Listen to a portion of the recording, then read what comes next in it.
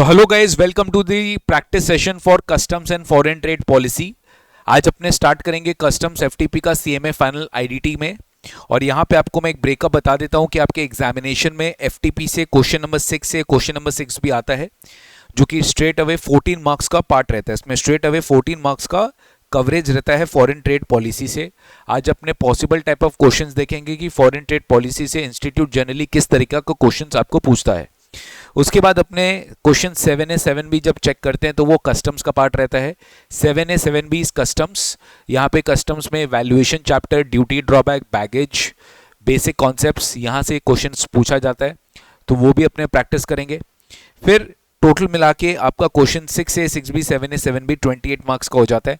उसके बाद 5 MCQs 10 marks का टोटल कस्टम्स एफटीपी से पूछा जाता है, विच इज कंपलसरी। तो टोटल लगभग आपका कवरेज 38 मार्क्स का हो जाता है। कभी कभी यहाँ पे एक और क्वेश्चन इंस्टीट्यूट कस्टम्स एफटीपी से पूछ लेते हैं तो 7 मार्क्स और मैक्सिमम आप जोड़ सकते हैं, तो 38 to 45 मार्क्स का आपको कस्टम पूछा जाता है, एफटीपी पूछा जाता है। जबकि इसका अलॉटेड मार्क्स अगर आप देखोगे तो 30% कवरेज ही है। बट येस, इसमें एक एलिमिनेशन का ऑप्शन होता है, तो इंस्टीट्यूट मानता है कि 14 + 10 24 मार्क्स का तो हम आपसे पूछ ही लिया। ठीक है, 14 + 10, क्योंकि आपको डेफिनेटली यहाँ पे ऑप्शन मिलता है, आप एलिमिनेट कर सकते हो। तो यहाँ पे 38 मार्क्स अपने को कस्टम्स एफटीपी दोनों से देखने को मिलता है सर। ठीक है, so let's get started without wasting any time.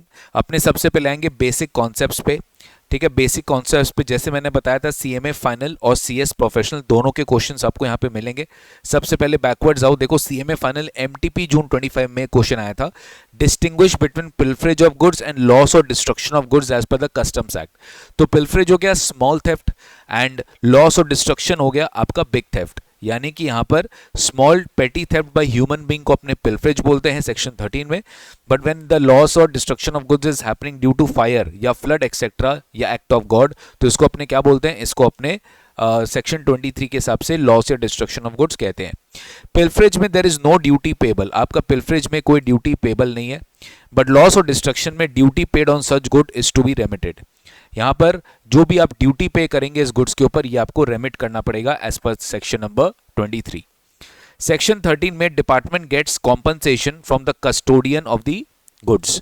यानी अल्टीमेटली सेक्शन 13 में क्या होता है, डिपार्टमेंट को कॉम्पनसेशन कस्टोडियन से मिलता है, क्योंकि अल्टीमेटली रिस्पॉन्सिबिलिटी कस्टोडियन की रहती है for the proper removal of the goods from the vessel till the godown. Loss और destruction in case of section 23 किसी को कोई कॉम्पनसेशन नहीं मिलता है, यहाँ पर डिपार्टमेंट को भी नहीं मिलता है सर, क्योंकि यहाँ पे अल्टीमेटली गुड्स डिस्ट्रॉय हो गया है, अल्टीमेटली उस पर कोई लायबिलिटी नहीं बनती। पिल्फरेज में रिस्टोरेशन पॉसिबल है कि छोटा मोटा चोरी हुआ, निकला, पता चला कि कहाँ से चोरी हुआ, रिस्टोरेशन दिया जा सकता है। बट लॉस और डिस्ट्रक्शन में रिस्टोरेशन 23 में पॉसिबल नहीं है। अकरेंसेज आफ्टर अनलोडिंग, पिल्फरेज कब होता है, अनलोडिंग के बाद, but before clearance order for home consumption और वेयरहाउसिंग, यानी कि फाइनल क्लियरेंस ऑर्डर के पहले आपका यहाँ पे अकरेंस होता है पिल्फरेज का। बट लॉस और डिस्ट्रक्शन में अकरेंस कभी भी हो सकता है before the clearance for home consumption. मैं रिपीट कर रहा हूं, पिल्फरेज कब होता है, पिल्फरेज होता है कस्टम क्लियरेंस ऑर्डर या तो वेयरहाउसिंग के पहले या तो फाइनल क्लियरेंस के पहले, जो भी है उसके पहले पिल्फरेज हो सकता है सर।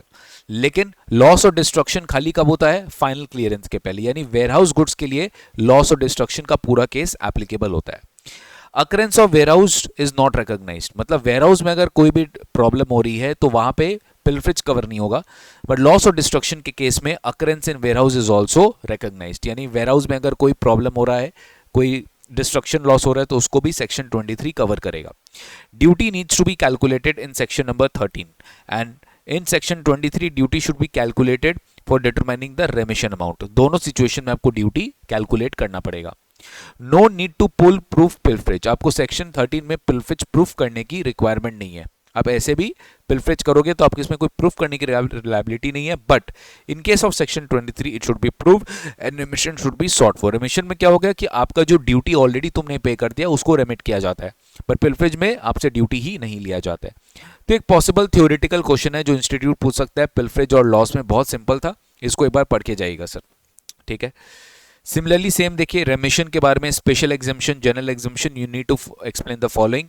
गाइस थ्योरेटिकल क्वेश्चन है, मैं नहीं एक्सप्लेन कर रहा हूँ। कस्टम्स एफटीपी का पूरा डिटेल में आपको ये जो पीडीएफ है वो मैं प्रोवाइड कर दूंगा, आप आराम से उसको फॉलो कर लेना, कोई दिक्कत नहीं है। कस्टम्स एफटीपी का 100% आपको पूरा PDF of the saviour will be available on my Instagram page, आप जाके चेकआउट कर लेना सर। ठीक है, ये एग्जाम में अच्छा क्वेश्चन है जो इंस्टीट्यूट ने पूछा है सर, आपके एग्जाम में आ सकता है। Demonstrate the various trade facilitation measures taken by the Indian customs. ठीक है, demonstrate the various trade facilitation measures taken by the Indian customs. Indian customs authorities क्या क्या ट्रेड फैसिलिटेशन मेजर्स ले रही है, जो कि आपको एग्जैक्टली यही पॉइंट वाइज पूछा गया कि what are the trade facilitation measures taken by the Indian customs. Facility of deferred payment instalments allow किया गया है। Introduction of authorised economic programme, relaxation in insurance cover, 24/7 custom clearance, Indian custom single window project.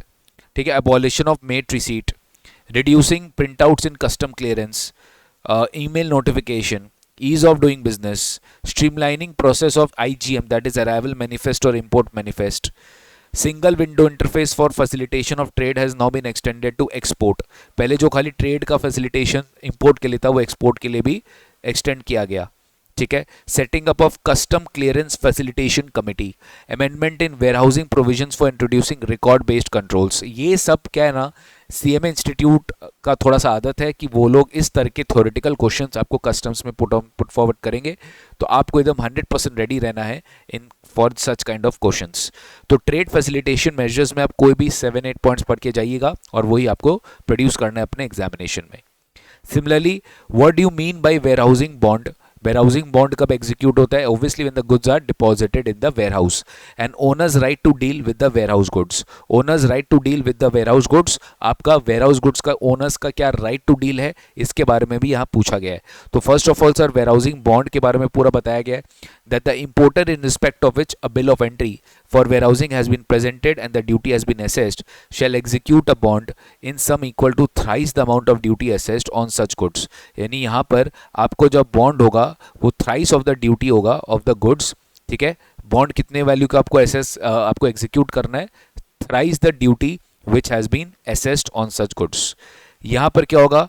Binding himself. Ultimately यहाँ पर आप क्या करेंगे? आप यहाँ पर अपने आप को बाइंड करेंगे that you are adhering to all the requirements of the act as well as the rules and regulations. You pay all the duties and interest on or before the date specified in the notice of the demand, that you will pay all the demand, you will pay all the liability, and then only your goods will be allowed to be warehoused and subject to a bond. To pay all the penalties and fines due to contravention of the provision of the act। तो ये हो गया आपका सबसे पहला point, warehousing bond. दूसरा आता है आपका The Assistant Commissioner of Customs or Deputy Commissioner of Customs may authorize an importer to execute a general bond on an amount approved by the concerned officer for the warehousing of goods to be imported within a specified period। यानी कि Commissioner of Customs may authorize any importer to execute a general bond for the amount approved by the concerned officer। Importer will also furnish a security in addition to the bond। Any bond executed by the importer under this section shall remain valid even if the goods are transferred to the another warehouse। even अगर goods आपके दूसरे warehouse में transfer किया गया है, ये जो bond execute होगा ये हमेशा valid रहेगा। If the entire goods or any portion are transferred to another party, अगर कोई goods किसी भी दूसरे पार्टी को ट्रांसफर किया जा रहा है तो transferee shall be required to execute a bond and provide the security।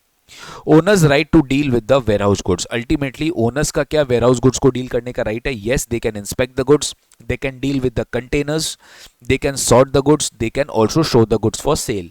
तो ये आपके थ्योरेटिकल क्वेश्चन में आ सकता है कि बताइए कैसे कैसे वेयरहाउसिंग बॉन्ड का प्रोविजंस है and how the owner can deal with the warehousing goods. ठीक है sir, done guys. I hope इसमें कोई प्रॉब्लम नहीं आनी चाहिए आपको। ये है ट्रांसिट ट्रांसशिपमेंट का question, CMA final past term paper December 23 wholesalers में आया था। A vessel Bhishma sailing from USA to Australia via India carries various types of products namely A, B, C and D. ठीक है, यहाँ पर क्या है? बहुत सारे प्रोडक्ट्स है, ए, बी, सी एंड डी, ये सारे गुड्स जो है इंडिया में आ रहे हैं। भीष्म वेसल है, यूएस से ऑस्ट्रेलिया आया है via India, carries various types of products namely A, B, C and D. वो बहुत सारे गुड्स इंडिया वाया इंडिया लेकर आया है to Australia. A and B जो है they are destined to Mumbai port. Ultimately A और बी जो है they are destined to Mumbai port, वो मुंबई पोर्ट में डेस्टाइंड है। अल्टीमेटली ए और बी मुंबई पोर्ट आएगा। On the account of submission of bill of transshipment, product A is transshipped to Chennai port as ultimate destination in India and product B is transshipped to Sri Lanka. Product ए किधर हो गया, Chennai port में चला गया, ठीक है, और प्रोडक्ट बी किधर हो गया, प्रोडक्ट बी ट्रांसशिप्ट हो गया श्रीलंका में, प्रोडक्ट बी ट्रांसशिप्ट हो गया श्रीलंका में। तो product A ultimately Chennai port चला गया एज अल्टीमेट डेस्टिनेशन और प्रोडक्ट बी अल्टीमेटली श्रीलंका चला गया। Find the imported goods, transshipment goods and transit goods. Ultimately आपको तीनों का क्लासिफिकेशन पूछा है कि इंपोर्टेड गुड्स क्या होगा, ट्रांसशिपमेंट गुड्स क्या होगा और ट्रांजिट गुड्स क्या होगा। तो देखो सी और डी के बारे में तो कुछ बोला ही नहीं है, तो सी और डी अल्टीमेटली कहीं भी इंडिया में नहीं आया है, तो सी और डी ट्रांसशिपमेंट नहीं है, C and D transit goods है, बिकॉज वो रिमेन इन द वेसल है भीष्म चार्टर्ड टू ऑस्ट्रेलिया, वो अल्टीमेटली ऑस्ट्रेलिया गया।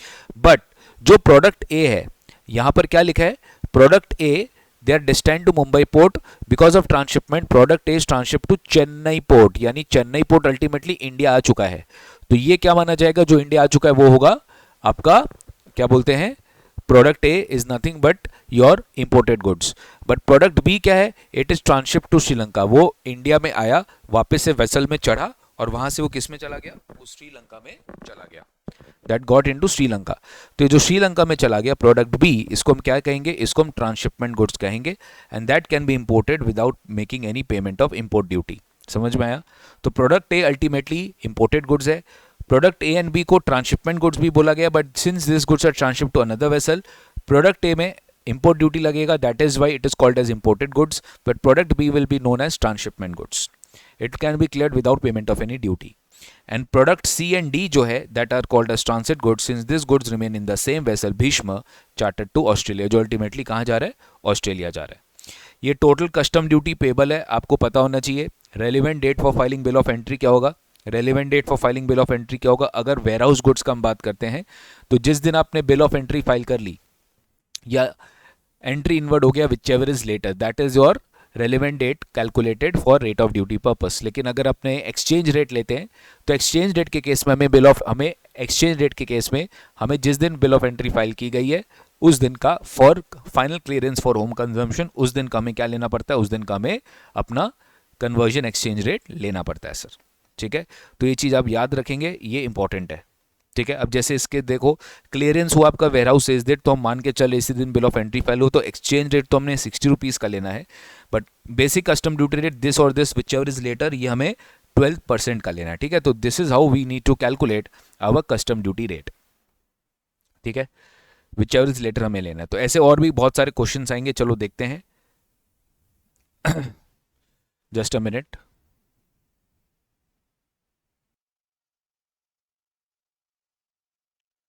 क्वेश्चन 2 का आंसर एक बार देख लो बेटा। यहां पे आपको एक्सचेंज रेट 55 का लेना पड़ेगा, क्योंकि एक्सचेंज रेट हमें filing bill of entry for warehousing date का लेना होता है स्टार्टिंग का। और कस्टम ड्यूटी का जो रेट होगा वो अपने क्या लेंगे, date of submission of bill of entry और date of entry inwards whichever is later, later क्या है 12%, तो 12% का अपने को रेट लेना पड़ेगा। उस पर 10% सोशल वेलफेयर सरचार्ज भी ऐड होगा विच इज कमिंग टू 13.2%। 5,50,000, तो यहाँ पे आप क्या करेंगे, $10,000 है, ठीक है, इसका इंटू 55 करेंगे, आपका आएगा 5,50,000। 5,50,000 पे आपको 13.2% क्या करना है, आपको 13.2% कस्टम ड्यूटी लगाना है इंक्लूडिंग सरचार्ज। ठीक है, इसके ऊपर आप टोटल वैल्यू ऐड करेंगे 5,50,000 पे। ठीक है, तो आपका आएगा 6,22,600। इस पे आपको 12% IGST कैलकुलेट करना है, तो अब इस पे 12% क्या करेंगे, IGST कैलकुलेट करेंगे 74,712। तो आपका टोटल कस्टम ड्यूटी की वैल्यू क्या आ जाएगा, 1,47,312 आपका टोटल कस्टम ड्यूटी का वैल्यू आ जाएगा। तो ये हो गया आपका फाइनल आंसर। समझ गए। इसी तरीके से आपको इस तरह के क्वेश्चंस करने हैं कि रेलेवेंट रेट ऑफ ड्यूटी कब मानेंगे और अपने रेलेवेंट एक्सचेंज रेट कब मानेंगे। पास्ट टर्म पेपर जून 23 में CS प्रोफेशनल का पेपर आया था। 10 audio systems were pilfered before unloading and before proper officer have made an order for clearance for home consumption. Duty is not leviable on the audio systems. Basically यहाँ पे आपको ये पूछा है, examine the liability of custom duty on the said goods. ठीक है, तो 10 audio systems वर पिल्फर्ड before unloading, unloading के पहले पिल्फर्ड हो गया तो पिल्फरेज नहीं माना जाता है sir. And before the proper officer made an order for clearance for home consumption. ठीक है, तो यहां पर ultimately duty audio system specially नहीं लगेगा, क्योंकि ड्यूटी यहाँ पे ऑडियो सिस्टम जो पिल्फर किया गया था वो अनलोडिंग के पहले पिल्फर किया गया था। तो duty is not leviable on the audio systems pilfered before unloading since the import duty is leviable only when the import is completed. जब इंपोर्ट कंप्लीट हुआ तभी इंपोर्ट ड्यूटी लगता है, इसलिए पिल्फर्ड जो है अनलोडिंग के पहले किया गया है उस पर ड्यूटी नहीं लगेगा। Import gets completed only when the goods become part of the mass of the goods within the country. जब वो गुड्स का पार्ट कंट्री का पार्ट बन गया तभी वो इंपोर्ट माना जाता है। तो अगर अनलोडिंग के पहले ही गुड्स पिल्फर्ड हो गई है तो इस पर ड्यूटी लगता ही नहीं है सर, पिल्फरेज का बात ही नहीं आता। 10 gear lines were pilfered after unloading and before proper officer has made order for clearance for home consumption. Under section 13 of the Customs Act, import duty is not liable to be paid where the goods are pilfered after unloading but before clearance order is made by the proper officer. Accordingly, in this case, Maruti car का जो decorators है, okay, they are not liable to pay duty on the gear lines pilfered after the unloading and before the proper officer makes clearance order for home consumption. तो यहाँ पे 10 gear lines पिल्फर हुआ unloading के बाद but order के पहले, तो ये जो है वो डेफिनेटली इंपोर्ट ड्यूटी इस पे लायबल नहीं की जाएगी क्योंकि गुड्स पिल्फर हुआ अनलोडिंग के बाद बट क्लियरेंस ऑर्डर के पहले। 10 decorative steering wheels were damaged after unloading and the examination for assessment by the customs authorities but before the actual home clearance. ठीक है, तो 10 डेकोरेटिव स्टीयरिंग व्हील्स जो है उसको डैमेज किया गया अनलोडिंग के बाद, an examination for assessment by the custom authorities but before actual home clearance, before actual home clearance के पहले इसको डैमेज किया गया अनलोडिंग के बाद और बिफोर एक्चुअल होम क्लियरेंस के पहले। तो यहां पर सर क्या हो जाएगा, यहां पे आपको अबेटमेंट मिल जाएगा क्योंकि डैमेज बीच में हुआ है। तो abatement of duty on damaged goods is available if such imported goods are damaged accidentally after unloading but before examination for assessment by the customs authorities. In the given case, since the steering wheels are damaged after examination, abatement of goods is not available. यानी abatement of duty इस पे नहीं लगेगा sir. If Maruti car is able to demonstrate that the steering wheels have been destroyed after unloading and examination but before clearance order, the duty can be remitted provided the importer relinquishes the title to the goods. मतलब मान लो अगर वो title relinquish करना चाहता है तो फिर duty उसको रेमिट कर दिया जाएगा क्योंकि अब गुड्स हुआ, ओनरशिप उसके पास नहीं रहेगा सर। ठीक है, तो ये अपना फर्स्ट पार्ट खत्म हुआ, दैट इज बेसिक्स। अब नेक्स्ट अपने आते हैं टाइप्स ऑफ कस्टम ड्यूटी। तो टाइप्स ऑफ कस्टम ड्यूटी में जनरली आपको कैलकुलेशन ऑफ ड्यूटी पता होना चाहिए कि आप ड्यूटी कैलकुलेशन कैसे करोगे। उसके लिए आपको एसेसेबल वैल्यू एंड ऑल सब क्वेश्चन में दिया रहेगा, आपको खाली ड्यूटी कैलकुलेट करना आना चाहिए। तो देखो पास्ट टर्म पेपर December 25 में यहाँ पे वैल्यूएशन भी पूछा है बट अल्टीमेटली क्वेश्चन आया है compute the calculation of duty. तो ड्यूटी का कैलकुलेशन पूछा इसलिए अपने सब कुछ निकाल के यहाँ पर बता रहे हैं। JKH Industries New Delhi has imported certain equipment from Japan in the month of January. The following particulars related to the import are as follows. Cost of the equipment up to the port of exportation incurred by the exporter. यानी कि यहाँ पर आपका exportation port तक जो भी cost लगा है वो कितना है, 3 लाख येन। ये हो गया आपका FOB value. Handling charges at the port of exportation, freight charges up to India, designing charges आपका रूल 10(1) में चला जाएगा, बाइंग कमीशन कुछ नहीं होगा। Freight charges from port of entry to inland container depot is a post importation cost. Actual insurance charge अपने 1.125% मान लेंगे। JKH incurred the following cost of packing in Japan as a condition of sale not included above. तो यहाँ पर क्या हो जाएगा, ये दोनों चीज अपने को ऐड करना पड़ेगा क्योंकि as a condition of sale ये यहाँ पर इंकर किया गया है।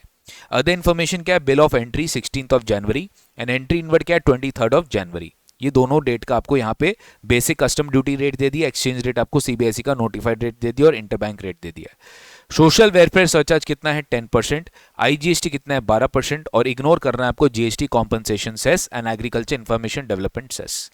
आपको रिक्वायर किया गया है टोटल कस्टम ड्यूटी पेबल कितना है बताओ under the customs act with the appropriate working notes. तो सबसे पहले अपने आते हैं cost of the equipment up to the port of exportation incurred by the exporter, ये हो गया आपका 3 लाख येन। ठीक है, तो अल्टीमेटली अपने को क्या करना है, अपने सबसे पहले कॉस्ट ऑफ इंपोर्टेशन जो भी FOB वैल्यू जो भी अपने को निकालना है अपने येन के बेसिस पे निकालेंगे। तो सबसे पहले अपने 3 लाख येन यहाँ पे क्या कर दिए, ऐड कर दिए। Handling charges paid at the port of exportation, इसको भी अपने क्या कर दिए, up to the place of importation जो भी होता है ये अपने को यहाँ पर ऐड कर लेना होता है। Hence handling charges up to port of exportation to be added, तो यहाँ पे अपने इसको ऐड कर लिए सर। कितना हो गया, 15,000 येन अपने ऐड कर लिए। अब देखो यहाँ पर एक और चीज है जो है आपका 15,000 ही हो गया। फिर हो गया आपका फ्रेट चार्जेस, अभी नहीं करना है। डिजाइनिंग चार्जेस ये हो गया आपका 90,000, ठीक है, डिजाइनिंग चार्जेस हो गया आपका 90,000। तो यहां पर अपने को एक चीज समझना है कि नीचे आपको यहाँ पे कॉस्ट ऑफ पैकिंग, देखो ध्यान से, JKH had incurred falling cost of packing as a condition for sale, तो ये आपको 13,000 और 6,000 जो मटेरियल लेबर है ये दोनों ऐड किया जाएगा, that is coming to 19,000 yen, that is coming to 19,000 yen. तो यहाँ पे 3 लाख येन हो गया, और फिर यहाँ पे 15,000 येन हो गया, और फिर यहाँ पे 19,000 येन हो गया। तो 3 लाख प्लस 15,000 प्लस 19,000, तो दोनों तीनों मिला के यहाँ पर क्या हो गया 3,34,000 येन, 3,34,000 येन यहाँ पे हो गया आपका cost incurred up to the port of exportation. तो ये हो गया अपना 3,34,000 येन, ठीक है। इन दिस सिचुएशन यहाँ पे अपने क्या कर सकते हैं, यहाँ पे अपने को अब कॉस्ट इन इंडियन करेंसी भी निकालना है। तो ये अपने इंडियन करेंसी निकालेंगे, तो यहाँ पे आपका इंडियन करेंसी के हिसाब से रेट क्या आ जाएगा, इंडियन करेंसी के हिसाब से आपका बिल ऑफ एंट्री और entry inward whichever is later, ये अपना एक्सचेंज क्या बोलते हैं, पहले एक्सचेंज रेट अपने को निकालना है, तो एक्सचेंज रेट अपने बिल ऑफ एंट्री के हिसाब से निकालेंगे, और इस दिन का एक्सचेंज रेट कितना है 0.64, ठीक है। तो यहाँ पे आप 334 जो आपका जापानीज येन आया है इसको 0.64 से मल्टीप्लाई करेंगे, और आपका जो टोटल कॉस्ट आएगा वो आएगा 2,13,760, ये आपका टोटल कॉस्ट आएगा। ये हो गया आपका CBSE नोटिफाइड रेट के हिसाब से आपने मल्टीप्लाई किया, ये आपका 2,13,760 आपका टोटल कॉस्ट आएगा। इसके ऊपर अपने क्या ऐड किए, अपने बाइंग कमीशन ऐड नहीं किए, तो अपने बाइंग कमीशन को छोड़ दिए। इसके बाद आपका आ गया total FOB value as per customs, ये हो गया आपका after adding all the packing charges and after adding this, ठीक है। अच्छा, इसमें डिजाइनिंग चार्जेस जो है paid to consultancy firm in Mumbai. अब इसमें एक पॉइंट है, ध्यान देना, यहाँ पे डिजाइनिंग चार्जेस जो है, जो आपने डिजाइनिंग चार्जेस पे किया है, ये हमने इंक्लूड इसलिए नहीं किया because it is not incurred for the imported equipment outside India. क्या लिखा है देखो, it is undertaken elsewhere then in India, it is includable only if it is undertaken elsewhere in India. But यहाँ पे ये डिजाइनिंग चार्जेस इंडिया में किया गया है, वर इंकर किया गया, they have not been included for the purpose of calculating at the assessable value. ये आपको डिजाइनिंग चार्जेस जो है यहाँ पर ऐड नहीं करना है। तो 2,13,760 क्या हो गया आपका कस्टम्स के हिसाब से FOB वैल्यू हो गया, ठीक है। तो 2,13,760 आपके कस्टम्स के हिसाब से FOB वैल्यू हो गया। अब इसके ऊपर आपको क्या ऐड करना है, आपको इंश्योरेंस ऐड करना है। अब 1.125% क्या करेंगे, इंश्योरेंस ऐड कर देंगे। इसके बाद आपको कस्टम्स में आपको ओशन फ्रेट भी दिया, तो ओशन फ्रेट कितना दिया 40,000 येन दिया, ठीक है। तो 40,000 येन को आप क्या करोगे, आपको मल्टीप्लाई करना है एक्स पर the exchange rate that is 0.64, और यहाँ पे आप 25,600 यहाँ पे ऐड करके आपकी फाइनल वैल्यू इतनी आ जाएगी 2,41,764.8। ये हो गया आपका टोटल एसेसेबल वैल्यू। अब इस पे आपको क्या करना है, अपना कस्टम ड्यूटी निकालना है। कस्टम ड्यूटी कैसे करेंगे, विच एवर इज लेटर हो गया, BCD का रेट हो गया 10%, तो 10% अगर ये हो गया तो आपको इसके ऊपर भी SWS ऐड करना है। तो अब यहाँ पे 10% ऐड कर दिए, इसके ऊपर अब SWS 10% ऐड कर दिए, तो आपका टोटल वैल्यू कितना हो गया, this plus this plus this plus this, ये हो गया आपका टोटल वैल्यू फॉर IGST। अब आप क्या करोगे, इस पे IGST का जो रेट है, IGST का रेट क्या है 12%, आप इस पे IGST का 12% क्या करेंगे, अप्लाई करेंगे, विच इज हाउ मच दिस, तो ये हो गया आपका टोटल 3,05,62। अब ये हो गया आपका 3,05,62, आपका एसेसेबल वैल्यू कितना है 2,41,764। तो ध्यान देना 300,562, 300,562 और आपका माइनस करेंगे 241,764, तो आपका डिफरेंस कितना आ रहा है 58,798, 58,798 ये आपका डिफरेंस आ रहा है। यही हो जाएगा आपका टोटल कस्टम ड्यूटी का वैल्यू, ठीक है। तो ये हो गया अपना 58,797, ये हो गया आपका कस्टम टोटल कस्टम ड्यूटी का वैल्यू। देन आता है क्वेश्चन नंबर 4। आइए एक बार अपने क्वेश्चन नंबर 4 में भी आते हैं। Question number 4 past term paper June 25 में पूछा गया था। Purvisha limited imported a machine from Australia for 180 lakh during the month of February on payment of all duties of customs. Due to some technical manufacturing defect, the machine was exported back to the supplier for repair in the month of September. यानी यहाँ पर import हुआ फरवरी में, ध्यान देना import कब हुआ फरवरी में, on payment of all custom duty. Due to some technical manufacturing defect, the machine was exported back to the supplier for repair in September. Machine को क्या किया गया, एक्सपोर्ट वापस से किया गया for repair to supplier for repair in September. The machine was again re-imported. Machine को वापस से re-import किया गया without any remanufacturing और reprocessing in August 24. उसको वापस से मशीन को रीइंपोर्ट किया गया बिना किसी मैन्युफैक्चरिंग के रीप्रोसेसिंग के। Since the machine was under warranty period, the repairs were carried out free of cost. However, the fair cost of repairs carried out, excluding the material cost 12.7 lakh 75 would have been 6.25 lakh, यानी fair cost of repair जो है वो 6.25 lakh का होना चाहिए। Actual insurance and freight to and from were 8 lakh 4 lakh each side. Ownership has not been changed during the period. You are required to advise Purvisha on the concessional availability for importation of machinery after repairs. Also state the condition to be satisfied for availing such concession. Also compute the custom duty and IGST payable on the re-import of the machine after repairs. Custom duty का rate है 15%, IGST rate है 12%। आपको ignore करने बोला गया है agricultural infrastructure and development cess. ठीक है, तो सर यहाँ पर अपने क्या कर रहे हैं, अपने इंपोर्ट कर रहे हैं 180 लाख में, सारा कस्टम ड्यूटी पे कर दिए। Due to some technical manufacturing defect the machine was exported to the supplier for repair in September. The machine was reimported without any remanufacturing और रीप्रोसेसिंग आफ्टर रिपेयर। यहाँ पे जो फेयर कॉस्ट ऑफ रिपेयर है बेटा वही आपका कितना है, आपका एक्सक्लूडिंग मटेरियल कॉस्ट 12.75 लाख है। तो इंक्लूडिंग मटेरियल कॉस्ट ये कितना हो जाएगा 12.75 लाख, इसमें आपका 6.25 लाख हो गया फेयर कॉस्ट ऑफ रिपेयर। ठीक है, अब इसमें बताइए जब आपने एक्सपोर्ट करके री इंपोर्ट कर दिया, आपने एक्सपोर्ट किया फिर आपने वापस से री इंपोर्ट किया, क्योंकि यहाँ पे अल्टीमेटली आपने मशीन ऑस्ट्रेलिया से इंपोर्ट किया था, खराब हो गया, आप एक्सपोर्ट किया फिर वापस आपने री इंपोर्ट किया, तो टू एंड फ्रो आपका चार्जेस कितना लगा, इंश्योरेंस एंड फ्रेट का 8 लाख रुपीस। तो अब दोनों वैल्यू को ऐड कर दिए तो आपका री इंपोर्टेड गुड्स का वैल्यू क्या हो गया आफ्टर एक्सपोर्ट, ये हो गया 27 लाख रुपीस। इस 27 लाख पे आपको 15% क्या करना है, अपना BCD ऐड करना है, फिर आपको 12% अपना सोशल फिर आपको 10% SWS ऐड करना है। अल्टीमेटली आपका वैल्यू क्या हो जाएगा, फॉर IGST हो गया 31,45,000। लास्ट में आपको बोला IGST 12% है, तो आप 12% IGST भी ऐड कर लिए। फिर अल्टीमेटली अब अपना क्या निकाल लिया, अब अपना total custom duty as well as अपना IGST जो है टोटल वैल्यू निकाल दिया सर। ठीक है, am I clear on this? तो duty payable on reimportation which had been exported after repairs, the duty of customs which should be leviable if the value of the reimported goods after repair were made up to the fair cost of repair carried out including cost of material used in repair।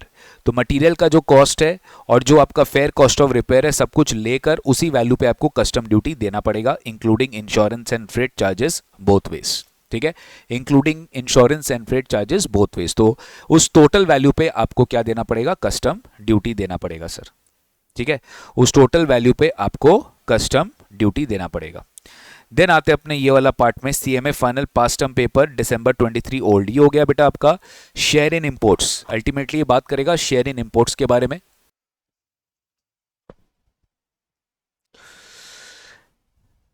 सो देखिए, determine the custom duty payable under custom tariff act including the safeguard duty at 30% under section 8B।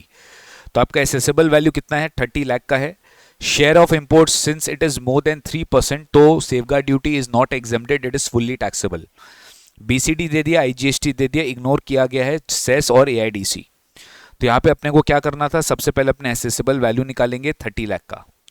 30 lakh के ऊपर अपने को क्या add करना है, अपने को ऐड करना है बेसिक कस्टम ड्यूटी। तो 30 लाख के ऊपर अपने 10% बेसिक कस्टम ड्यूटी ऐड करेंगे विच इज 3 लाख। इसके ऊपर अपने सोशल वेलफेयर सरचार्ज ऐड करेंगे एट द रेट ऑफ 10%। तो 10% किस पे ऐड करेंगे, 3 लाख के ऊपर ऐड करेंगे विच इज 30,000। तो आपका टोटल ड्यूटी कितना हो रहा है अभी, 3 लाख प्लस 30,000, 3,30,000। अब अल्टीमेटली आपको सेफगार्ड ड्यूटी भी ऐड करना है। 30% सेफगार्ड ड्यूटी किस पे होगा, एसेसेबल वैल्यू पे होगा विच इज 30 लाख। तो 30 लाख के ऊपर 30% हो गया 9 लाख। आपका टोटल वैल्यू कितना आ गया कस्टम ड्यूटी का, 12,30,000। अब आपको IGST कैलकुलेट करना है 12%, जो कि आप अपने एसेसेबल वैल्यू प्लस ड्यूटी पे ऐड करेंगे। अब इसमें क्या हो गया, 30 lakh plus 12.3 lakh which is how much, which is 42.3 lakh. 42.3 lakh पे आपको IGST ऐड करना है 12%, which is coming to 5,07,600। Ultimately 12 lakh 30 plus 5,07,600, ये हो गया आपका 17,37,600। ये हो गया आपका टोटल कस्टम ड्यूटी का वैल्यू। तो 17,37,600 ये हो गया आपका टोटल कस्टम ड्यूटी का वैल्यू। यही आपको आपका फाइनल आंसर लेके चलना है, यही आपका फाइनल कस्टम ड्यूटी का टोटल आंसर है सर। सिमिलरली दिसंबर 23 ओल्ड सिलेबस में देखो क्या पूछा गया था, mister X an importer imported certain goods, CIF value was $20,000। Quantity 1000 kg है, एक्सचेंज रेट $1 का 50 रुपीज़ है on date of presentation of bill of entry, custom duty rate क्या है, BCD 12%, SWS 10%, there is no excise duty payable on these goods manufactured in India, as per the notification anti dumping duty has been imposed on this goods. Anti dumping duty कितना है, difference between the amount calculated at $30 per KG and landed value. तो open market value आपको दे दी approximately $30 per KG, I mean $30 per KG, और landed value के बीच में जो difference है वो एंटी डंपिंग ड्यूटी है। तो आपको कस्टम ड्यूटी लायबिलिटी पूछा और आपको एंटी डंपिंग ड्यूटी पूछा है। तो सबसे पहले देखो आपको CIF वैल्यू दे दिया $20,000 और $1 का आपको दे दिया है 50 रुपीज़, ठीक है। तो $20,000 इंटू 50 रुपीज़, ये हो गया आपका 10 लाख रुपीज़। तो CIF वैल्यू कितना हो गया आपका 10 लाख रुपया। इस 10 लाख रुपया में आपको क्या करना है, बेसिक कस्टम ड्यूटी रेट 12% लगाना है। इस 10 लाख रुपया में आपको बेसिक कस्टम ड्यूटी 12% लगाना है। तो 10 लाख पे 12% हो गया 1,20,000। अल्टीमेटली इस ये हो गया आपका 1,20,000। अब आपको इस पे सोशल वेलफेयर सरचार्ज 10% ऐड करना है, विच इज कमिंग टू 12,000। तो 10 लाख प्लस 1,20,000 प्लस 12,000, ये होता है आपका 11,32,000। ये हो गया आपका वैल्यू ऑफ इंपोर्टेड गुड्स।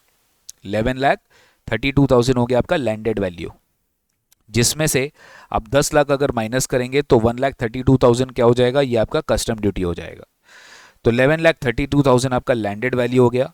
अब आप देखो एंटी डंपिंग ड्यूटी में आपका लैंडेड वैल्यू और कितना डॉलर पर केजी, $30 पर केजी। तो $1 में कितना हो गया, 30 इंटू 50 हो गया, और कितना केजी हो गया, 1000 केजी हो गया। तो 30 into 50 into 1000 which is coming to 15 lakh. तो 15 लाख आपका ये हो गया, और लैंडेड वैल्यू कितना हो गया, 11,32,000। तो डिफरेंशियल आपका एंटी डंपिंग ड्यूटी कितना हो गया, 3,68,000 आपका एंटी डंपिंग ड्यूटी हो गया। इस एंटी डंपिंग ड्यूटी आपको सरकार को देना पड़ेगा। ये हो गया आपका डिफरेंस। समझ में आया? तो इस तरह के क्वेश्चन आपके एग्जाम में from this chapter can come when it comes two types of custom duty. Next आओ देखो, अब नेक्स्ट आपका सबसे इंपॉर्टेंट चैप्टर है वैल्यूएशन, ठीक है। सबसे इंपॉर्टेंट चैप्टर है वैल्यूएशन, कि वैल्यूएशन कैसे की जाती है कस्टम ड्यूटी में, एसेसेबल वैल्यू आप कैसे निकालते हो। आइए अपने इसका कुछ क्वेश्चन जो है प्रैक्टिस करते हैं। बहुत ही ज़्यादा इंपॉर्टेंट है, एवरी टाइम इंस्टीट्यूट यहाँ से अच्छा खासा क्वेश्चन आपके एग्जाम में पूछता है सर, ठीक है। चलिए, इंटर लेवल पे भी ये था, फाइनल लेवल पे भी यही है।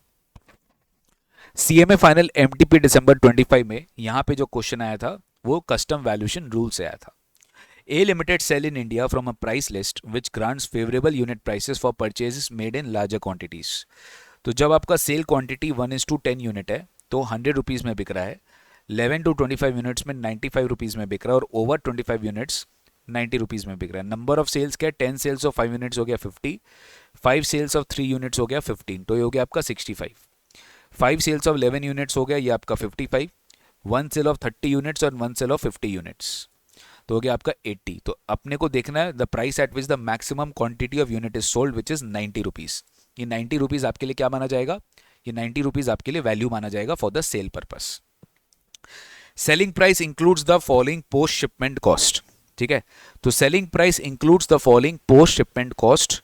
इसमें freight from port to factory in India which is coming to 24,000, insurance to cover transit damage from port to factory in India which is coming to 6,000, number of unit जो कि import किया गया high seize में ये हो गया आपका 5,000 units. Calculate the assessable value and the total custom duty, और आपका बेसिक कस्टम ड्यूटी का रेट है 12%। तो यहाँ पे आपको क्या लेना है, the greatest number of units जो सोल्ड हुआ है वो 80 है, and it is at the unit price of 90 rupees, 90 rupees में सेल हुआ है। टोटल आपका इंपोर्टेड यूनिट्स कितना है, 5,000 यूनिट्स है, तो आप बैक कैलकुलेशन करेंगे 5,000 इंटू 90 विच गिव्स यू 4,50,000। इस 4,50,000 में आपको क्या माइनस करना है, आपका फ्रेट और इंश्योरेंस, ये आपको माइनस करना है, जो कि आपका इंडिया में लगा है वो आपको माइनस करना पड़ेगा to calculate your CIF value at the port. तो 24,000 और 6,000 आप क्या करें, माइनस करें, तो आपका अल्टीमेटली एसेसेबल वैल्यू कितना आ गया, 4,20,000 आ गया। अब इसमें क्या दिया, आपका बेसिक कस्टम ड्यूटी रेट 12% है, इस पे सोशल वेलफेयर सरचार्ज 10% है। तो अल्टीमेटली क्या होगा, आप इस वैल्यू पे 12 plus 10% which is coming to 13.2%। तो 13.2% आप किस पे लगाओगे, आप 4,20,000 पे लगाओगे। तो 4,20,000 पे 13.2% which is coming to 55,440 rupees. ठीक है, which is coming to 55,440 rupees. तो 55,440 हो जाएगा आपका कस्टम ड्यूटी का टोटल वैल्यू। ठीक है, नेक्स्ट देखिए, एमटीपी दिसंबर 25 में कुछ ऐसा ही क्वेश्चन अलग फॉर्म पे आया। ABC technology has imported certain equipment from Japan at a FOB cost of 2 lakh yen. Their expenses incurred by ABC Technology in this context are as follows. Freight from Japan to India port is 20,000 yen. Ultimately freight जो हुआ Japan to India port वो है 20,000 येन। तो अपने 20,000 येन जो है वो अपने इम्पोर्ट का फ्रेट चार्जेस इंकर कर लिया। Insurance paid to insurer in India ये है अपना 10,000। अल्टीमेटली इंश्योरेंस रुपीज़ में लगा है तो ये अपने को कन्वर्टेड वैल्यू पे बाद में निकालना पड़ेगा, ऐड करना पड़ेगा। डिजाइनिंग चार्जेस में रूल 10(1) हो गया, यहाँ पे रूल 10(2) हो गया। ABC had expended rupees 1 lakh in India for certain development activities with respect to imported equipment. ये कुछ नहीं करेंगे, it's a post importation activity. Road transport cost भी कुछ नहीं करना है। सीबीआईसी का जो एक्सचेंज रेट नोटिफाई किया गया है वो है ये वाला। इंटर बैंक रेट कुछ नहीं करना है, इंटर बैंक रेट कुछ नहीं करना है। कमीशन जो है ये आपको रूल 10(1) में ऐड करना पड़ेगा। तो चलो स्टार्ट करते हैं अपने। एफओबी वैल्यू कितना है? एफओबी वैल्यू है अपना 2 lakh yen. Ultimately FOB value is our 2 lakh yen. इसमें अब अपने को ऐड क्या करना है? रूल 10(1) के हिसाब से सारा एडजस्टमेंट्स करना है। एक है आपका डिजाइनिंग चार्जेस का, एक है आपका कमीशन का। ठीक है, तो यहां पे अपने क्या करेंगे? रूल 10(1) के हिसाब से अपने पहले डिजाइनिंग चार्जेस को 30,000 येन को ऐड कर दिए, लेकिन अब अपने को एफओबी कॉस्ट कमीशन पेबल करना है। तो 2 लाख का 5% कितना होगा? 2 लाख का 5% हो जाएगा 10,000।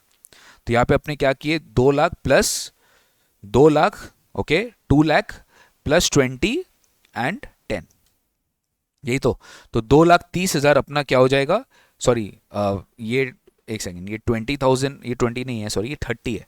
तो 30,000 ऐड कर रहे हैं और 10,000 ऐड कर रहे हैं, तो 2,40,000 क्या हो जाएगा अपना FOB value as per customs. ठीक है, 2,40,000 क्या हो जाएगा अपना FOB value as per customs. अब इस 2,40,000 पे अपने को सीबीआईसी का एक्सचेंज रेट लेना है विच इज 0.3948। तो 2,40,000 into 0.3948 which is coming to 94,752। ठीक है, तो ये आपका टोटल वैल्यू आ गया 94,752 CF value, sorry FOB value as per customs का एनआर वैल्यू। अब अपने को इसमें क्या ऐड करना है? फ्रेट ऐड करना है और इंश्योरेंस ऐड करना है। तो इसमें अपने इंश्योरेंस ऐड कर देंगे। इंश्योरेंस कितना दिया हुआ है यहाँ पर? 10,000, तो as it is insurance 10,000 add कर देंगे। और फ्रेट यहाँ पे क्या दिया हुआ है? 20,000 येन। ठीक है, तो 20,000 येन जो दिया हुआ है फ्रेट का, वो आप यहाँ पे 0.3948 करके ऐड करेंगे, वो आएगा आपका 7,896। ये फ्रेट आप ऐड कर दिए, इंश्योरेंस आप ऐड कर दिए, और टोटल आपका एसेसेबल वैल्यू आएगा। फाइनली आपका जो 3 का टोटल है वो आ जाएगा 1,12,648। तो 1,12,648 ये हो गया आपका एसेसेबल वैल्यू, सीएफ वैल्यू, यही आपका अल्टीमेटली फाइनल आंसर होगा। ठीक है, क्वेश्चन नंबर 16 में आते हैं अपने। मॉक टेस्ट पेपर जून 25, बहुत इजी है, मैं नहीं करवा रहा हूं, इस तरह के क्वेश्चंस अपने पहले भी कर चुके हैं। Cost of the machine add कर देगा। Transport charges incurred by exporter from इस factory to the port of shipment, इसको भी ऐड कर देगा। हैंडलिंग चार्जेस को भी ऐड कर देगा। बाइंग कमीशन को कुछ नहीं करेगा। फ्रेट को अपने रूल 10(2) के हिसाब से ऐड कर देंगे, और यहाँ पे 1.125% भी लेना पड़ेगा इंश्योरेंस का। तो 10,550 हो गया। इसमें आपको क्या करना है? इसी का इक्विवेलेंट एक्सचेंज रेट के हिसाब से अब अपना आईएनआर निकाल लेंगे। 1.125% ऑफ एफओबी वैल्यू ऐसे भी कर सकते कि लास्ट में कन्वर्ट किए। ये आपका इंश्योरेंस कॉस्ट आ गया। फ्रेट कितना हो गया? फ्रेट हो गया आपका 1,000 रुपीज़, तो आपने टोटल कितना ऐड कर दिया? 11,668। ये हो गया आपका सीएफ वैल्यू। अल्टीमेटली आप क्या करोगे? इसको एक्सचेंज रेट इंटू 75 के हिसाब से मल्टीप्लाई करोगे, और आपका आंसर कितना आ जाएगा? Assessable value 8,75,152 rupees. ठीक है, क्वेश्चन नंबर 15 में आते हैं। CMA final mock test paper June 25। तो एफओबी कॉस्ट क्या है? BSA and company have imported a machine from UK. You are required to calculate the assessable value for the purpose of custom duty payable. तो FOB cost क्या होगा machine का? तो ये अपने एफओबी कॉस्ट अपने ले लेंगे 10,000 यूके पाउंड्स। एफओबी वैल्यू हो गया आपका 10,000 यूके पाउंड्स। एयर फ्रेट अपने रूल 10(2) के हिसाब से लेंगे। इंजीनियरिंग चार्जेस 10(1) के हिसाब से लेंगे। ये भी 10(1) के हिसाब से लेंगे। ये भी 10(1) के हिसाब से लेंगे। मटीरियल इंश्योरेंस 10(2) के हिसाब से लेंगे। बाइंग कमीशन नहीं लेंगे। इंटर बैंक रेट का कुछ नहीं होता है, सीबीएसई का रेट लेते हैं। डेमरेज चार्जेस का भी अपने कुछ भी यहाँ पर ऐड नहीं करते हैं। ठीक है, तो चलो FOB cost of the machine 10,000 pound हो गया। इसके ऊपर अपने ये सारा चार्जेस ऐड कर देंगे। कौन कौन सा? £500 ये अपने ऐड कर दिए, 20% ऑफ FOB कॉस्ट ये 2000 यहाँ पे ऐड कर दिए।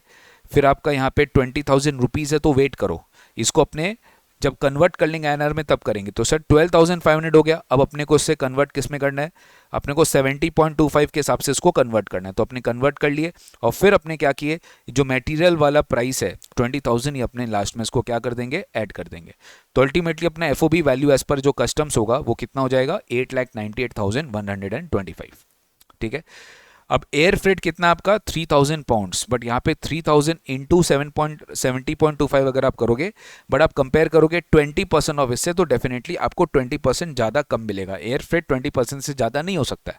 तो 898,125 का 20% कितना रहा, 1,79,625। इसमें इंश्योरेंस कितना दिया हुआ है, ₹6,000, तो इंश्योरेंस ₹6,000 है। अल्टीमेटली आपका टोटल एसेसेबल वैल्यू कितना है, 10,83,750 आपका टोटल एसेसेबल वैल्यू है। ठीक है। ये सब गाइस रिपीटेड क्वेश्चन है, ये खुद से आप कर लेना, ये same to same question. Cost of machine at the factory of the exporter, ये इसी तरीके से किया गया है, आपको वैसे ही यहां पर ऐड करते हुए चलना है। ठीक है। ट्रांसपोर्ट चार्जेस ऐड कर दिया, हैंडलिंग चार्जेस ऐड कर दिया, लाइसेंस फी ये सब रूल 10(1) में ऐड कर दिया। ठीक है। लैंडिंग चार्जेस का कुछ नहीं करना है। Handling charges associated with delivery of the imported goods at the place of importation, ये हो गया आपका 12,000, इसका भी अपने को कुछ नहीं करना है। हैंडलिंग चार्जेस एंड ऑल इस वगैरह का अपने को कुछ भी एंट्री नहीं करना होता है सर। ठीक है। कर लेंगे खुद से प्रैक्टिस। दिसंबर 24 का CS प्रोफेशनल कुछ भी डिफरेंट नहीं है, सब कुछ घुमा फिरा के ये लोग एक ही तरह का क्वेश्चन हर टर्म में पूछता है, तो आपको आराम से जो है अपने आप इसको प्रैक्टिस कर लेना है सर। ठीक है। आपको अपने आप की जो है इसको प्रैक्टिस कर लेना है, आपको घुमा फिरा के नहीं करना है सर। ठीक है। तो CMA final mock test paper December 23 new syllabus, आपको FOB वैल्यू दे दिया मशीन का, आपको एयर फ्रेट दे दिया है, डिज़ाइन डेवलपमेंट चार्जेस रूल 10(1) के हिसाब से दे दिया है, ये भी रूल 10(1) के हिसाब से दे दिया है। Bill of entry and arrival date, IGST insurance charge actually paid but details not available, ये भी आपको दे दिया है। कंप्यूट करना है आपको एसेसेबल वैल्यू एंड आपको कंप्यूट करना है कस्टम ड्यूटी। तो FOB कॉस्ट कितना है, 8,000 UK पाउंड, तो ये अपना ऐड कर लिया। एयर फ्रेट अभी कुछ नहीं करना है। Design and development charges 500 UK pound आप ऐड कर लेंगे। कमीशन 2% क्या लिखा है, commission payable to local agent at 2% of FOB in Indian rupees, तो उसको लास्ट में ऐड किया गया है। आप पहले उसको एक्सचेंज रेट अप्लाई करके, आपका जो एक्सचेंज रेट है उसके हिसाब से अप्लाई करके आप 2% जो है FOB कॉस्ट के ऊपर निकाल लेंगे, तो आपको आपका आंसर मिल जाएगा। अकॉर्डिंगली बेटा इसको ट्राई करना। ठीक है। मैं इसमें ज़्यादा समय नहीं दे रहा हूँ क्योंकि घुमा फिरा के एक ही तरह का बार बार इंस्टीट्यूट क्वेश्चन पूछा है, तो एक बार आप खुद से इसको ट्राई करिएगा। इसका पूरा PDF मैं आपको आपके टेलीग्राम ग्रुप में, हमारे टेलीग्राम ग्रुप में, व्हाट्सएप के ग्रुप्स में शेयर कर दूंगा। ठीक है। नेक्स्ट चैप्टर आपका बैगेज का। बैगेज भी अच्छा खासा चैप्टर है, अच्छा खासा पार्ट है, यहाँ से भी इंस्टीट्यूट आपको अच्छा खासा क्वेश्चन पूछता है। मैं कुछ हैंडफुल ऑफ क्वेश्चन उठा रहा हूँ। ठीक है। मैं कुछ हैंडफुल ऑफ क्वेश्चन उठा रहा हूँ, वो हैंडफुल ऑफ क्वेश्चन ही मैं आपको यहाँ पर प्रैक्टिस कराऊंगा। ठीक है। चलिए देखिए, CMA final past term paper December 25, mister Donald Musk, a resident and a Germany citizen, visits India on a business tour. ठीक है। They visits India on a business tour, he made the declaration to the proper officer about his baggage under section 77 for the purpose of clearance. तो Donald Musk एक Indian resident है और citizen of Germany है, India visit कर रहा है। तो ध्यान देना, resident and citizen, sorry Indian resident नहीं है, ये जर्मनी का ही रेसिडेंट है, जर्मनी का ही सिटीजन है, इंडिया विजिट किया बिजनेस टूर के लिए। He made declaration about his baggage for the purpose of clearance. During the scrutiny proper officer found that some of the articles declared in baggage were prohibited and were detained by the officer. Although Donald did not insist to clear, value of these articles was very high and it was difficult situation for him. You are required to advise any procedure to overcome the situation. तो basically क्या करेगा, where the baggage contains any prohibited article which has been declared by him, the proper officer may at the request of the passenger detain such article on being returned to him on his leaving India। मतलब जब तक वो India में उसको नहीं दिया जाएगा वो आर्टिकल, जब वो इंडिया छोड़ के जाएगा उसको आर्टिकल दे दिया जाएगा, तुम वापस ले जाना। Proper officer has detained the prohibited article and brought by Mr. Donald Musk. Donald should request the proper officer to retain such article in their custody and such article shall be returned to him on him leaving India.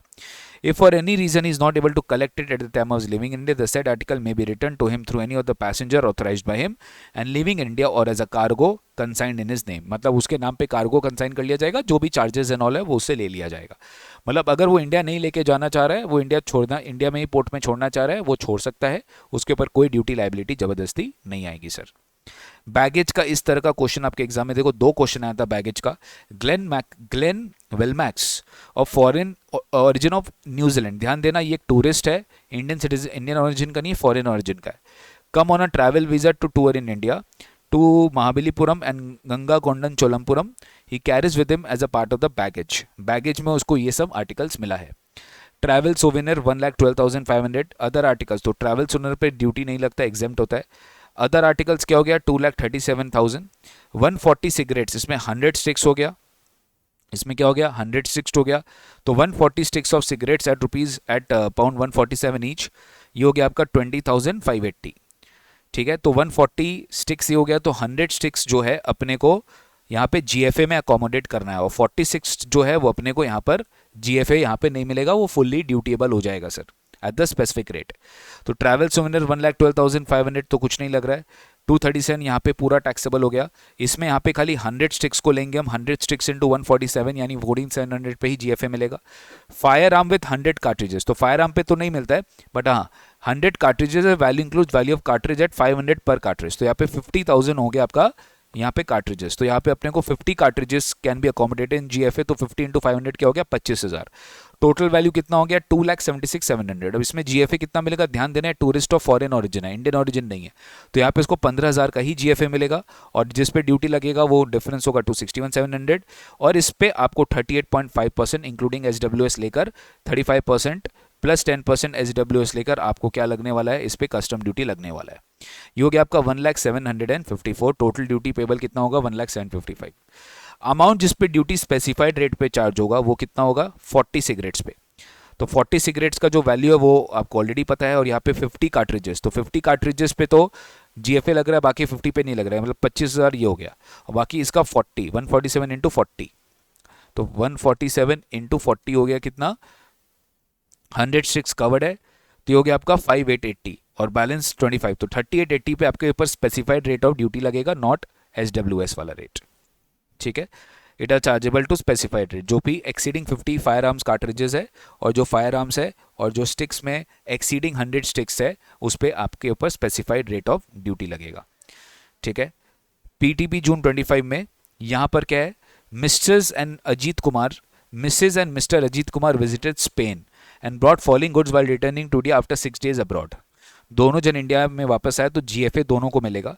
Personal effects का कुछ duty नहीं लगता. Personal computer लग जाता है. Laptop computer exempt है, ध्यान रखिएगा, ये लैपटॉप कंप्यूटर एग्जेम्प्ट है. टू लेकर ये आप जीएफए में ला सकते हो. न्यू कैमरा भी आप जीएफए में ला सकते हो. प्लाज्मा टीवी जीएफए में नहीं आएगा, वो एनेक्चर 1 का आइटम है, उस पर स्पेसिफाइड रेट ऑफ ड्यूटी लगेगा. तो सर यहाँ पे 272 मतलब 272 ऐड करेंगे, फिर 3200 ऐड करेंगे, 174,800 ऐड करेंगे, तो आपका टोटल वैल्यू कितना आ रहा है, 450. इसमें आप दो जन का, एक मिसेस कुमार का और मिस्टर कुमार का जीएफए मिलेगा 50-50 1 लाख. तो 3.5 लाख पे आपके ऊपर 38.5% पे ड्यूटी लग जाएगा. और प्लाज्मा टीवी फुल्ली टैक्सेबल है 100% पे, इस पे 2,50,000 हो जाएगा. तो टोटल टैक्सेबल वैल्यू कितना है, 6 लाख. बस इतना यहाँ पे एक छोटा सा मिस्टेक हो गया, यहाँ पर आप इसको कंसिडर करिएगा 3.5 लाख के ऊपर 38.5%.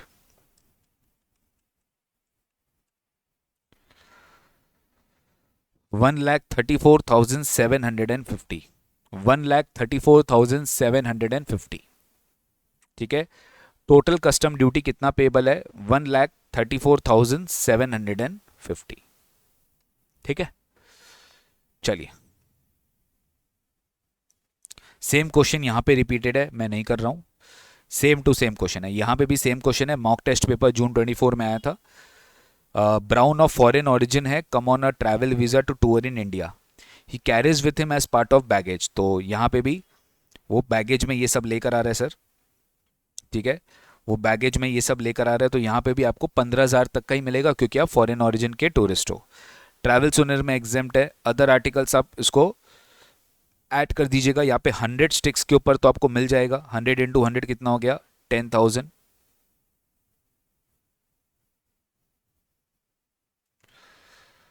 और 2000 पे आपको स्पेसिफाइड रेट लगेगा। 100 कार्ट्रिजेज है, includes value of card 500 per cartridge. ठीक है, तो ध्यान दो, 50,000 तुम्हारा फायर आर्म विथ 100 कार्ट्रिजेज है, तो 50,000 तो तुम्हारा फायर आर्म का हो गया, तो फायर आर्म के ऊपर तो तुमको स्पेसिफाइड रेट पे लगेगा। बाकी बाकी 50,000 है। ठीक है, बाकी 50,000 है। 50,000 अगर 500 पर कार्ट्रिज है तो कितना हो गया? 100 कार्ट्रिज। कितना हो गया? 100 कार्ट्रिज। ठीक है, कितना हो गया? 100 कार्ट्रिज। तो सर यहाँ पे अपने को 50 कार्ट्रिज का ही वैल्यू लेना है फॉर जीएफए, तो 50 इंटू 500 कितना हो गया? 25,000। बाकी का 75,000 अपने, बाकी का 25,000 अपने कार्ट्रिजेस का बात कर रहे हैं। 25 और 25 कार्ट्रिजेस को अलग अलग कर दिए और बाकी फायर आर्म को अलग से 50,000 कर दिए। तो यहाँ पर क्या हो रहा है सर? अपने को कस्टम ड्यूटी पूछा है। कस्टम ड्यूटी कैसे लगेगा? 1 लाख। पहले तो आप यहाँ पर अपना जीएफए का लिमिट निकाल लोगे सर, आराम से सुनो। पहले तो आप अपना जीएफए का लिमिट निकाल लोगे, या फिर आप इस टोटल को ही ऐड कर दीजिए। 150 plus 10,000 plus 25,000 which is coming to 185। यही तो आ रहा है, 185 आ रहा है कि नहीं आ रहा है?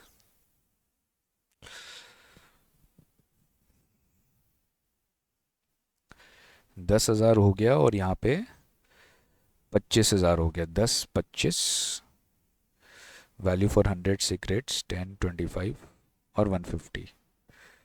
ठीक है, 10 25 और 1। इसमें आप 15,000 माइनस करेंगे जीएफए का तो आपका आ जाएगा 170। तो नेट आफ्टर जीएफए 170 आपका टैक्सेबल होगा। इसके ऊपर आपको 38.5% अपना ड्यूटी लगाना है। तो 170 के ऊपर आप 38.5% ड्यूटी लगाएंगे विच इज 65,450। जो बैलेंस होगा वो आपको एज पर स्पेसिफिक रेट लगाना पड़ेगा sir. These items are chargeable to 100% applicable to baggage. तो firearms, cartridges of firearms exceeding 50, cigarettes exceeding 100 sticks, ये सब पे आपका बैगेज का ड्यूटी नहीं लगेगा, इस पे स्पेसिफिक रेट ऑफ ड्यूटी लगाया जाएगा। ठीक है, सेम आप ये सब ट्राई करिएगा CMA फाइनल MTP का। ओके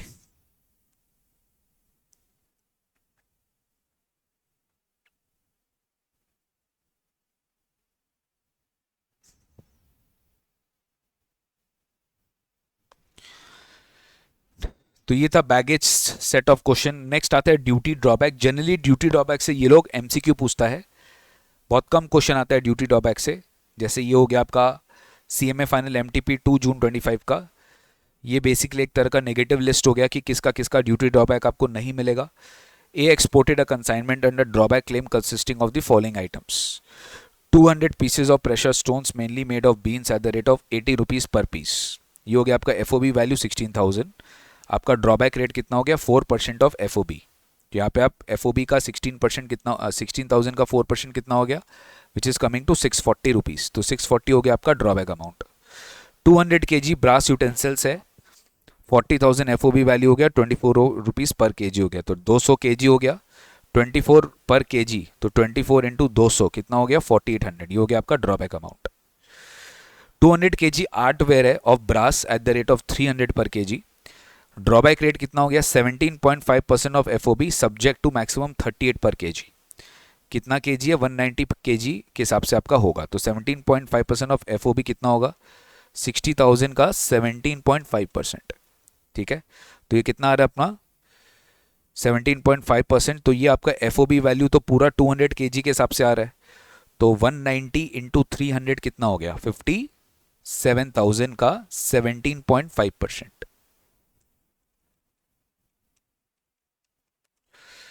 ये हो गया आपका 9975। और अल्टीमेटली आपका 38 पर kg के हिसाब से 190 कितना हो गया?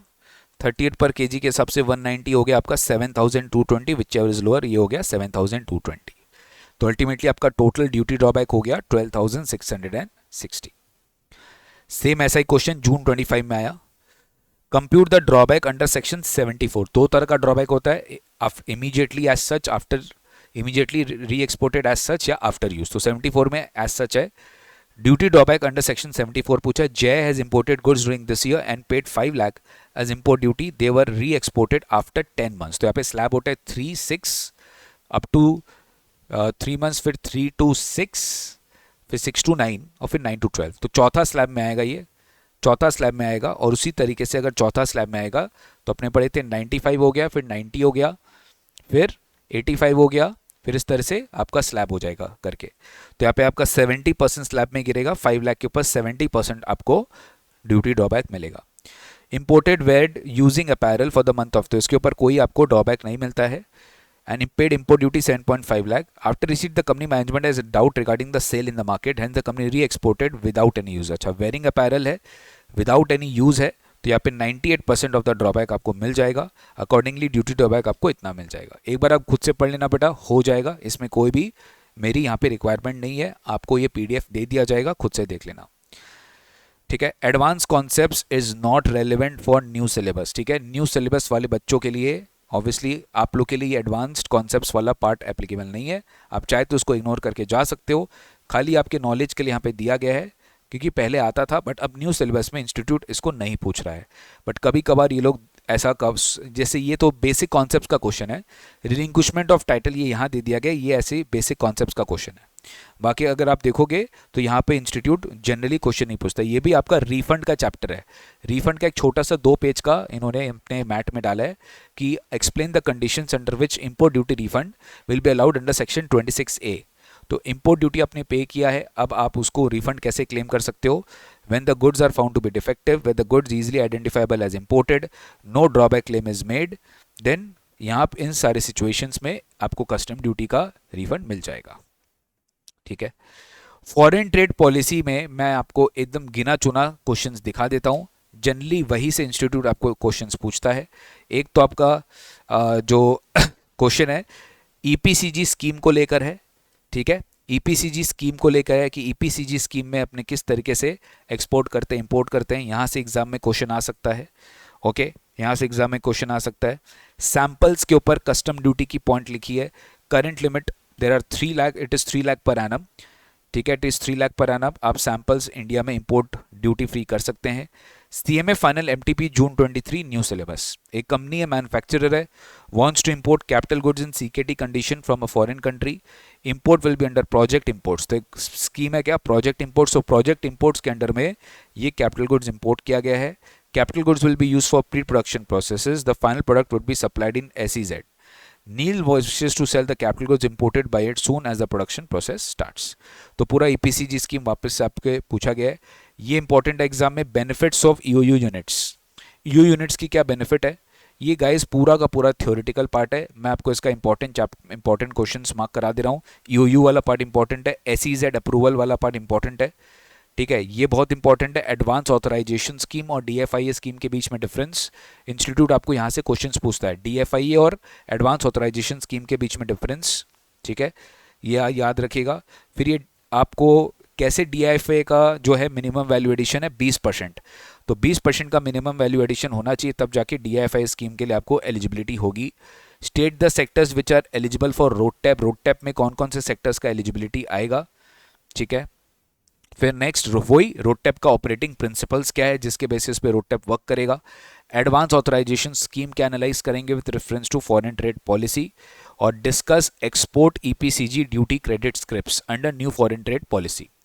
तो आपको एक्सपोर्ट EPCG, एक होता है आपका export promotion capital good scheme, एक होता है आपका EPCG ड्यूटी क्रेडिट स्कीम। मतलब बेसिकली वही है, आपको EPCG स्कीम के बारे में पूरा डिटेल में पूछ लिया।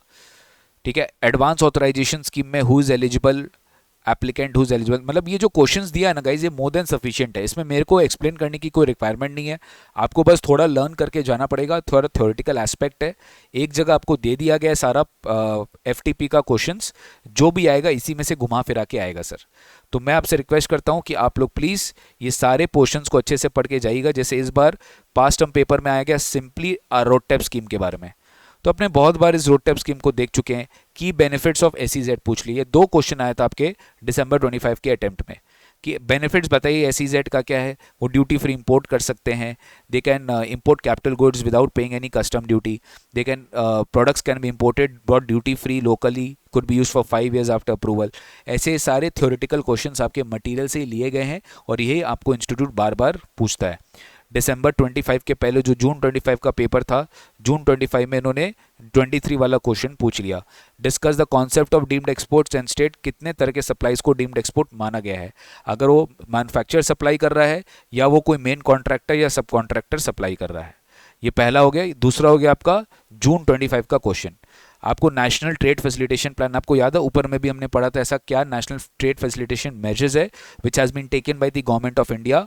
तो वो जो कस्टम्स में है वही चीज़ यहाँ पे सेम पार्ट इन्होंने फॉरेन ट्रेड पॉलिसी का पूछ लिया कि अल्टीमेटली फॉरेन ट्रेड पॉलिसी में ऐसा क्या ट्रेड फैसिलिटेशन मेजर है जो लिया जा रहा है to improve the import export procedure. ठीक है, तो यही है सर, घुमा फिरा के EPCG scheme, RoDTEP scheme, advance authorisation scheme, duty free import authorisation scheme, status holder scheme, ये 5-6 तरह का स्कीम्स है जो आपके एग्जाम में इंपॉर्टेंट और यही से इंस्टीट्यूट आपको एग्जाम में बार बार क्वेश्चन पूछता रहता है। तो देखो कस्टम्स एफटीपी का मैं 100% ये पीडीएफ आपको ड्राइव पे दे दे रहा हूँ, आपके टेलीग्राम ग्रुप में दे दे रहा हूँ। आप प्लीज़ इसको यहाँ से आराम से अपना फॉलो करिए और ये अपने 30% कवरेज के लिए कस्टम्स एफटीपी को बहुत अच्छे से यूज़ करिए। ट्रस्ट में ये बहुत ज़्यादा काम का है और आप लोग के लिए बहुत ज़्यादा यूज़फुल भी है सर। ठीक है, मिलते हैं आप लोग से बहुत जल्दी नेक्स्ट सेशन में। Till then take care, God bless you, bye bye.